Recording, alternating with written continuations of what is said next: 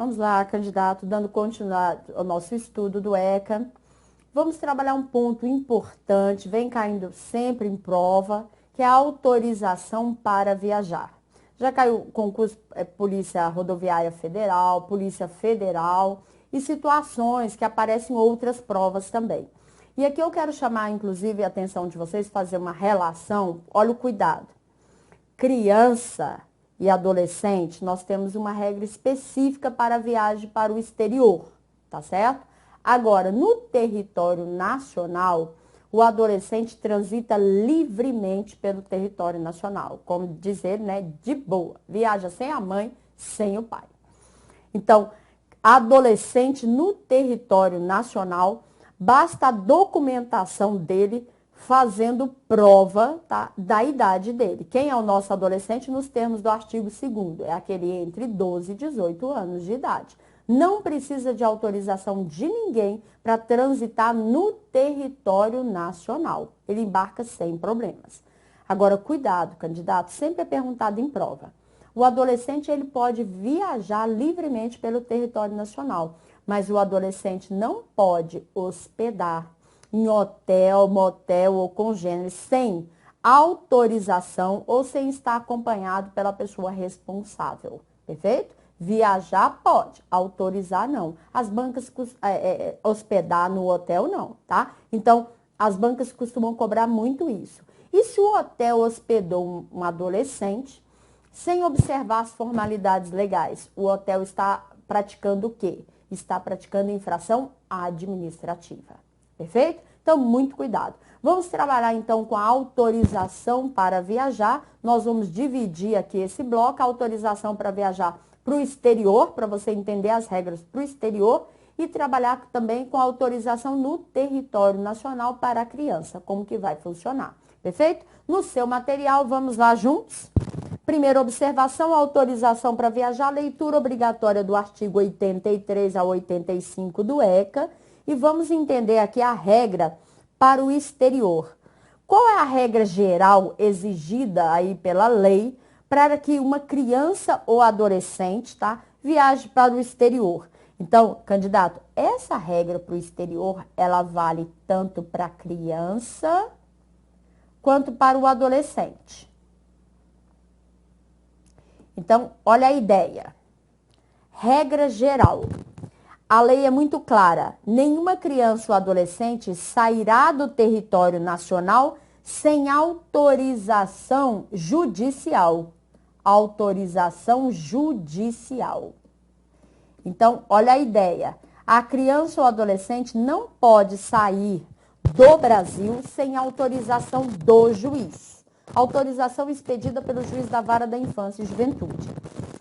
Candidato, isso é a regra geral. Isso é a regra geral. Aqueles casos onde o adolescente, por exemplo, vai viajar sem a mãe, sem o pai, tá? E ele vai embarcar, por exemplo, com a turma da escola. Eu preciso de um documento assinado pelo juiz, assina a mãe, assina o pai, assina o juiz, o embarque vai acontecer. A Polícia Federal verifica tudo isso aí, senão ele não embarca, perfeito? Então, essa é a regra geral. Para que a criança ou adolescente saia do território nacional, eu preciso de autorização do juiz. Salvo, ou seja, quais são os casos que nós vamos dispensar essa autorização judicial?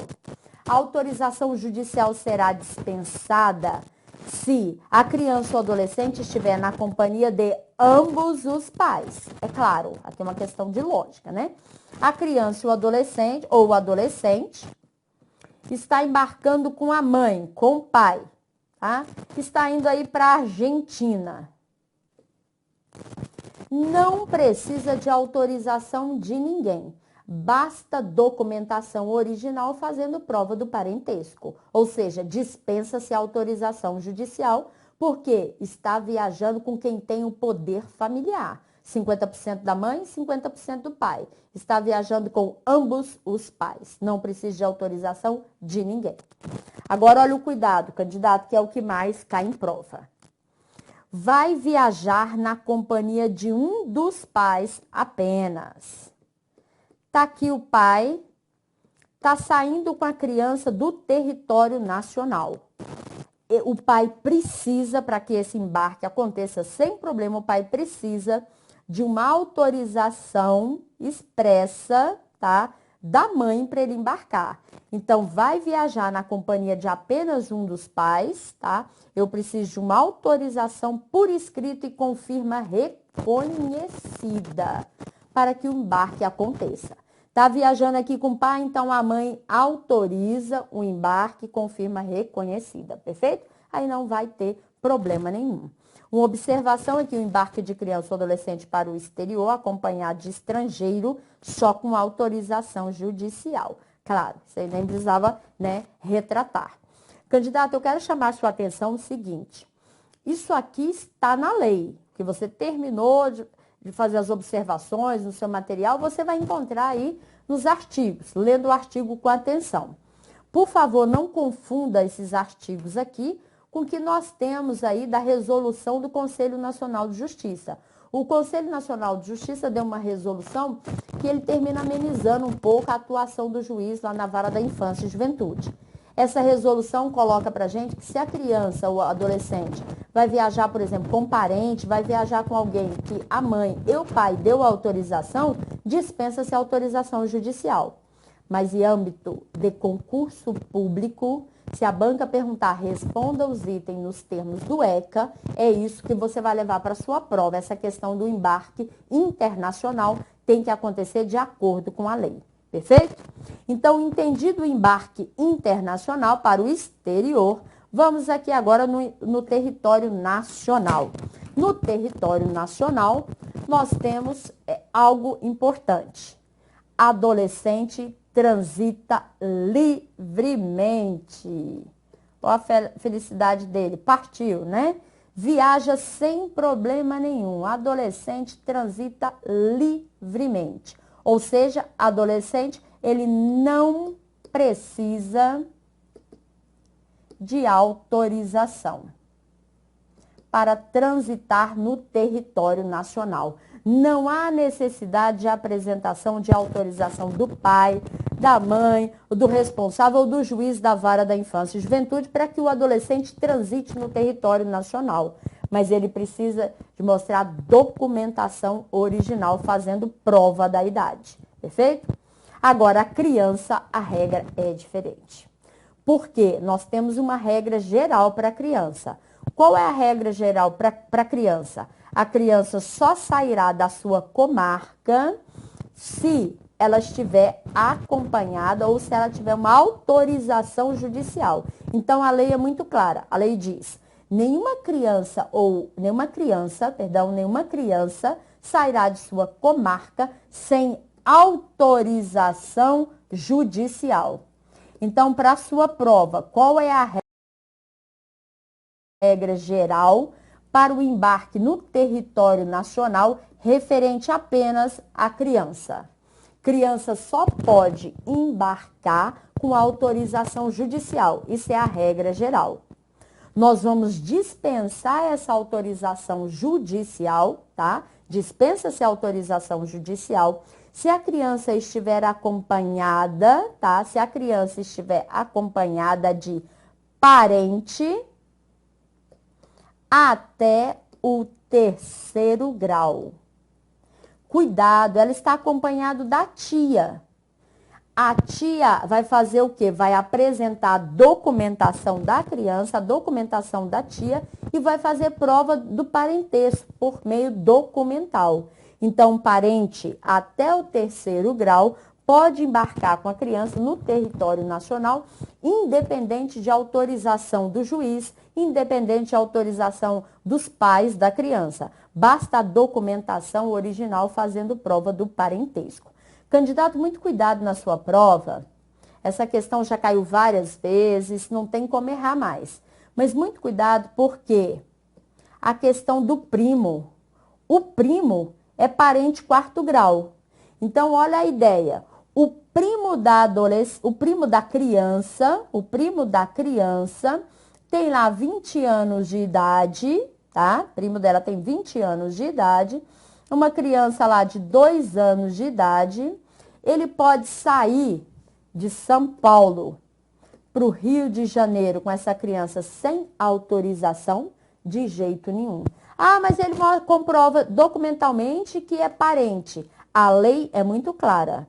Só vai ser dispensada essa autorização judicial se ele estiver acompanhado de parente até o 3º grau. Lógico, parente maior e capaz, né? Até o 3º grau. Está acompanhado do seu irmão, tá? Tá acompanhado do seu irmão. Vai viajar sem precisar de autorização, basta comprovar o parentesco. Agora, o primo não. O primo não pode embarcar por ser 4º grau. Perfeito? Muito cuidado. Também não vou precisar de autorização do juiz se tiver autorização dos pais. A criança está embarcando com o vizinho. A criança está embarcando com o vizinho. Perfeito?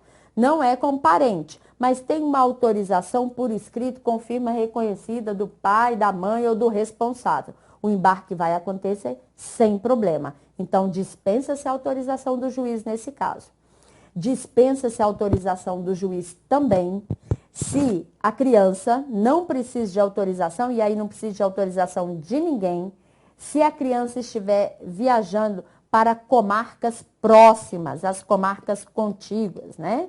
A comarca próxima uma da outra na mesma unidade da federação. Vamos entender isso? Caiu agora em prova. Na mesma unidade da federação. Então, olha a ideia, candidato. A lei é muito clara. A criança não vai precisar de autorização se ela for viajar na comarca, desde que seja comarca contígua, uma próxima da outra. Às vezes a criança mora numa comarca, mas estuda na outra. Desde que seja na mesma unidade da federação, vai dispensar a autorização do juiz. Não vai precisar, ela pode ir sem problema nenhum. E cuidado, a criança não precisa de autorização, por exemplo, do pai ou da mãe, está embarcando só com um deles, está embarcando com o pai. Está saindo do Distrito Federal indo para São Paulo. Não precisa de autorização da mãe. A mãe está saindo de São Paulo indo para o Rio de Janeiro com a criança. Não precisa de autorização do pai. Perfeito? Agora, essa criança vai viajar, né, com um vizinho, igual nós colocamos. Aí a coisa é diferente. Eu preciso de uma autorização por escrito dos pais ou do responsável, tá? Ou uma autorização judicial, tá claro? Então, muito cuidado, a banca já cobrou várias vezes autorização para viajar e a regra é muito simples e eu quero chamar a sua atenção aqui o seguinte, candidato, vamos lá, deixa o seu material de lado. Uma pergunta, inclusive, relacionada a blocos anteriores, para a gente sempre fazer o link. Quem transporta uma criança, por exemplo, ou um adolescente, sem observar as formalidades legais, tá? Regra geral, está praticando o quê? Uma infração administrativa. Se uma criança sai de um estado, pega um ônibus aí coletivo, sai de um estado e vai para outro, tá? Sem autorização, sem os requisitos da lei, a companhia está praticando uma infração administrativa. Qual é a sanção aí para a companhia?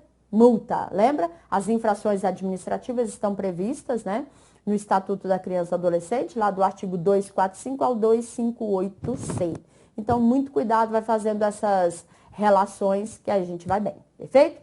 Ainda nesse bloco, candidato, eu quero começar a apresentar para você o seguinte, a jurisprudência mais recente do STJ, tá?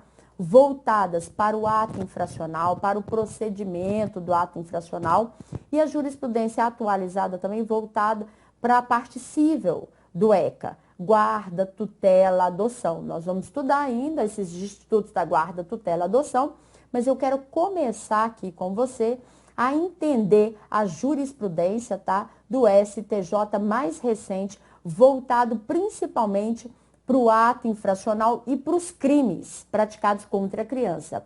Coisa que você já conhece, que você já estudou. Nós já estudamos crimes, já estudamos infrações administrativas, apuração do ato infracional, medida socioeducativa, perfeito? Então, nós vamos ver aqui, justamente agora, essa jurisprudência. Então, vamos entender, veja aí no seu material o que nós temos aí. Vamos lá. Então, eu coloquei aqui neste bloco para você, conhecendo a jurisprudência do STJ, voltadas, lógico, para o Estatuto da Criança e do Adolescente. E a primeira é justamente uma súmula, candidato, que vem caindo muito nas provas, né? Teve uma prova agora de delegado de Pernambuco, né? Neste ano agora, delegado de Pernambuco, teve uma prova que foi justamente em cima dessa súmula, a súmula 492. Veja o que diz essa súmula. O ato infracional análogo ao tráfico de drogas, por si só, não conduz obrigatoriamente à imposição de medida socioeducativa de internação do adolescente. Ou seja, adolescente praticou um tráfico de drogas. Por si só, não caberá a internação. Perfeito? Então, o juiz vai analisar as circunstâncias, mas por que não caberia? Tem muito aluno que às vezes pergunta no presencial, professora, mas o tráfico de drogas, né, é crime equiparado a hediondo. Epa, nós não vamos, para o adolescente não interessa, é equiparado a hediondo, perfeito? Nós não vamos aplicar aqui a lei de drogas.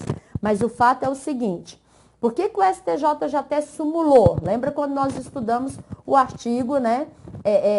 Os artigos lá relacionados ao ato infracional. Olha o cuidado, o artigo 121, 122, relacionado inclusive à internação. O adolescente ele será internado, se ele praticar, ele poderá ser internado, se ele praticar ato infracional com violência ou grave ameaça, se ele reitera em condutas graves ou se ele descumpre medida anteriormente imposta.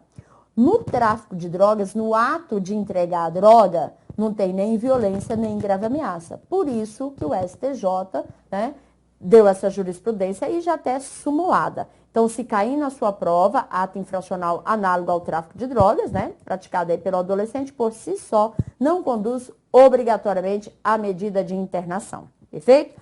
Muito cuidado que vem caindo bastante em prova. A banca pode colocar uma situação hipotética para você.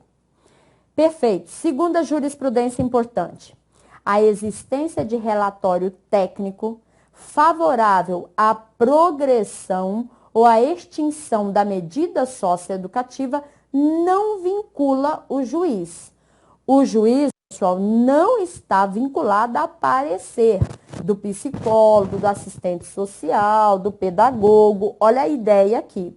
O parecer técnico, ele auxilia o juiz, mas ele não vincula. Perfeito? Já apareceu em prova. Então, imagine a seguinte situação hipotética. Houve um parecer favorável para que o juiz desse a progressão para um adolescente que tinha cometido um ato infracional de tentativa de homicídio. Só que o juiz achou que o adolescente ainda não estava pronto. Apesar do parecer técnico positivo, tá? Não vinculou. Ou às vezes o parecer técnico foi negativo, mas o juiz não está vinculado, perfeito? Ou se não, vem um relatório técnico já lá para a extinção da medida socioeducativa, também não vincula. Muito cuidado em prova, essa questão já apareceu várias vezes. Vamos lá? Terceira jurisprudência importante aqui, relacionada a ato infracional aos crimes. É possível a incidência do princípio da insignificância nos procedimentos que apuram a prática de ato infracional. A ideia, a pergunta aqui, candidato, é: cabe o princípio da insignificância em matéria de criança e adolescente? Verdadeiro. Isso já caiu em prova. Imagine a seguinte situação hipotética. Uma adolescente praticou um ato infracional análogo ao furto, dentro de um supermercado.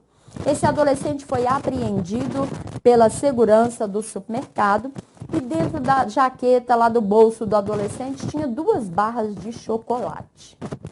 Veja o seguinte, o adolescente chorou, tal, que ele nunca comeu chocolate, aquela situação toda. Mas vamos lá. A pergunta é, cabe o princípio da insignificância? Sim, é possível. E veja, se foi aplicado o princípio da insignificância, né? Nós vamos ver ali, então, lá no penal, que não há, então não há crime. Se não há crime, não há ato infracional, perfeito? Então, cabe sim um princípio da insignificância em matéria de ato infracional. Vamos lá, seguindo a nossa jurisprudência, para você ficar atualizado com a jurisprudência do STJ, muito importante, vem caindo bastante em prova. A medida socioeducativa de internação, olha a importância, a mais gravosa, a medida socioeducativa de internação está autorizada nas hipóteses taxativamente previstas no artigo 122. Isso. O rol do artigo 122 é um rol taxativo, é um rol fechado. Isso quer dizer que o juiz só pode internar o adolescente naqueles casos: violência ou grave ameaça, reiteração em condutas graves ou descumprimento reiterado e injustificado de medida anteriormente imposta. Perfeito? Sendo proibido ao julgador dar qualquer interpretação extensiva do dispositivo. Perfeito.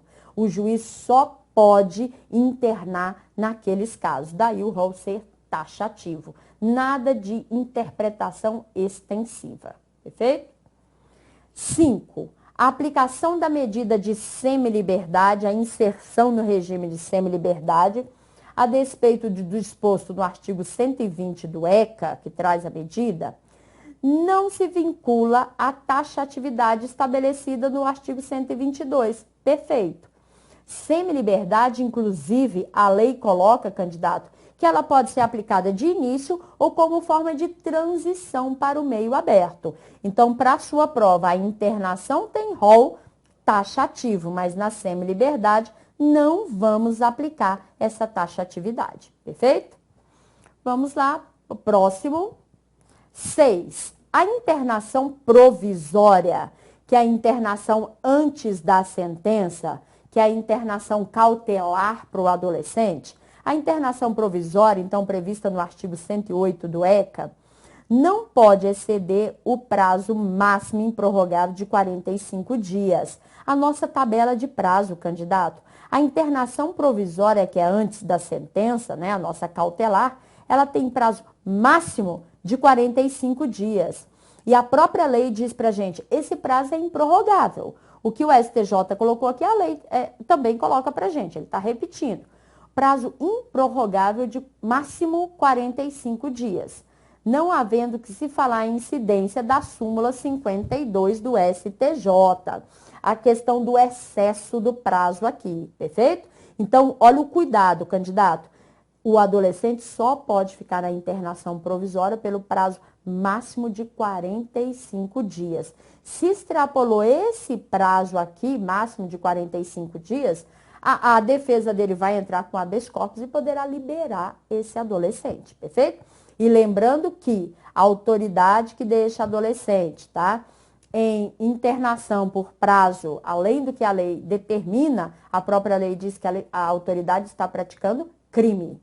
Descumprir injustificadamente prazo para adolescente privado da liberdade é crime, tipificado no ECA. Então, vamos lá. Próxima jurisprudência, o que nós temos aqui? A internação sanção. Candidato, o que é a internação sanção? A internação sanção, ela vai ser aplicada quando o adolescente descumprir reiterado e injustificadamente a medida anteriormente imposta pelo juiz. A internação sanção imposta em razão de descumprimento injustificado de medida socioeducativa não pode exceder o prazo de 3 meses. Ela é de até 3 meses. O STJ coloca isso para a gente, isso está expresso na lei, perfeito? E mais, candidato, a prática de atos infracionais não pode ser considerada para fins de reincidência ou maus antecedentes. Agora, esta daqui vai começar a cair bastante na sua prova. Leia, releia, estude, porque na hora da prova, olha a sua carinha na hora da prova, candidato, ó, carinha de felicidade. Por quê? Isso aqui vai começar a cair em prova direto e já começou, apareceu já numa prova aí de juiz e vai começar a aparecer em outros concursos. Olha a importância. A prática de atos infracionais não pode ser considerada para fins de reincidência ou de maus antecedentes, mas serve para justificar a manutenção da prisão preventiva para a garantia da ordem pública. Imagine, o maior cometeu lá um crime. Antes ele já havia cometido ato infracional. Pode alegar, justamente, colocar numa prisão preventiva e fundamentar em cima disso aqui? Sem dúvida. Então, para a sua prova, a prática de atos infracionais não pode ser considerada para fins de reincidência ou maus antecedentes, mas serve para justificar a manutenção dele na prisão preventiva. Muito cuidado, tome muito cuidado e tente memorizar para a sua prova. Vamos lá, candidato, dando continuidade, então, a 10. Atenuante da confissão espontânea não tem aplicabilidade em sede de procedimento relativo à apuração de ato infracional. Olha o cuidado aqui. O adolescente confessou que foi ele que praticou o ato infracional. Ele desferiu 5 tiros na vítima. Tá? Ele confessou. Confissão espontânea. Não tem aplicabilidade em sede de procedimento relativo à apuração do ato infracional. A simples confissão do adolescente não basta, tem que ter provas, perfeito? Então, muito cuidado. Já apareceu várias vezes em prova. Número 11 também, campeã de prova, já inclusive porque está sumulado, né? A prescrição penal, já falamos, essa daqui é a prescrição penal, a prescrição lá do direito penal do artigo 109 do Código Penal, ela é aplicável nas medidas socioeducativas. Então, se perguntar, medida socioeducativa prescreve? Sim. Mas lembre-se, candidato, que o Código Penal diz pra gente, se o agente for menor de 21 anos de idade, a prescrição vai acontecer pela metade. Então, na sua prova, a internação, ela tem prazo máximo de 3 anos. Se você utilizar o Código Penal, a informação do Código Penal, tá? Você vai ver que para o menor de 21 anos de idade, vai acontecer a prescrição pela metade. Então, vamos buscar isso aqui. Internação tem prazo máximo de 3 anos. A internação prescreve em 4 anos. Se perguntar na sua prova, a internação prescreve em 4 anos, verdadeiro. Aplicação do artigo 109, tá? Aliado aí justamente à questão de ser menor de 21 anos de idade.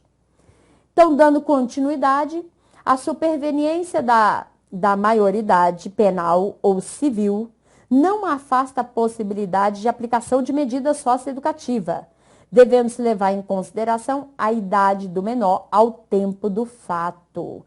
Perfeito, nós falamos isso aqui, você entendeu isso muito bem. Aqui é a história do jovem adulto.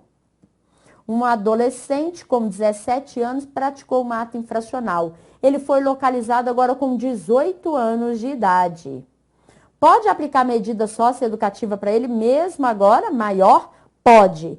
Porque a própria lei e a jurisprudência está deixando claro que nós vamos considerar a idade dele na data do fato. Perfeito? E na data do fato ele tinha 17 anos. Então agora ele é considerado quem? O jovem adulto. Quem é o jovem adulto nos termos do artigo 2º do ECA? O jovem adulto é aquele entre 18 e 21 anos de idade. Perfeito, candidato? Então, vamos entender mais uma súmula aqui. A maioridade penal não implica na liberação compulsória do menor infrator. Olha aqui. Então, cuidado. Menor infrator ou adolescente em conflito com a lei. Cuidado aqui, candidato, o seguinte. Não é pelo fato dele ter completado 18 anos, né, que ele já ficará liberado. Não. A liberação compulsória, ela acontece aos 21 anos de idade. Perfeito? E aqui, o STJ, da sua jurisprudência, ele está confirmando o que a lei já colocou para a gente. O cumprimento da medida socioeducativa de internação em estabelecimento prisional viola o artigo 123 do ECA, ainda que em local separado dos maiores de idade condenados.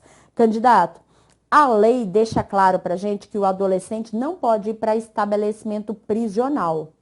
Se ele vai cumprir a sua medida socioeducativa de internação, ele tem que ir para estabelecimento educacional e não prisional. A lei diz, em nenhum caso ele vai para estabelecimento prisional. Delegacia comum, sim. O adolescente pode ser levado para uma delegacia comum se não tiver a delegacia especializada para ele. Mas ele tem que ficar separado dos demais. Perfeito? Agora, estabelecimento prisional, nunca. Então, muito cuidado aí, reforçando até a letra da lei, aí o STJ. Vamos aqui. A gravidade do ato infracional equiparada ao crime de ameaça não se subsume à grave ameaça exigida para a aplicação da medida de internação. Olha o cuidado aqui, candidato. Crime de ameaça. Adolescente praticou um ato infracional, né, análogo a um crime de ameaça. Aqui a gente reporta mais uma vez o artigo 122. Só caberia a internação para ele se tivesse violência ou grave ameaça, reiteração em condutas graves ou descumprimento de medida anteriormente imposta. A ameaça não tem violência, né? E nem grave ameaça à pessoa. Tá claro? Então, candidato, mais uma jurisprudência importante. O prazo para interpor agravo contra decisão denegatória de recurso especial em matéria penal é de 5 dias, aplicando-se nas hipóteses de apuração de ato infracional. Olha o cuidado aqui, então.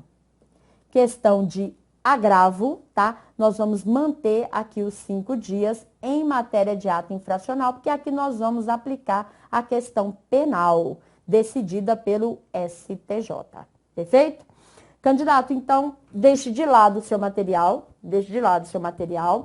Veja o seguinte, quando você estiver estudando, revisando, tá? Além da leitura da letra da lei, além de assistir às nossas aulas, né? Da leitura da letra da lei, conheça a jurisprudência do STJ e do STF. Principalmente o Estatuto da Criança e do Adolescente, a jurisprudência que mais aparece é a do STJ. Lembre que lá atrás eu fiz um bloco para você mostrando as súmulas do STJ voltadas para o ECA. Então, já ficou isso completo no seu material. Aí, agora, você está recebendo o quê? Você está recebendo a jurisprudência mais atualizada do STJ, que aí o seu material fica completo. Depois disso, basta exercício e só esperar sua posse. Um abraço, até o nosso próximo bloco.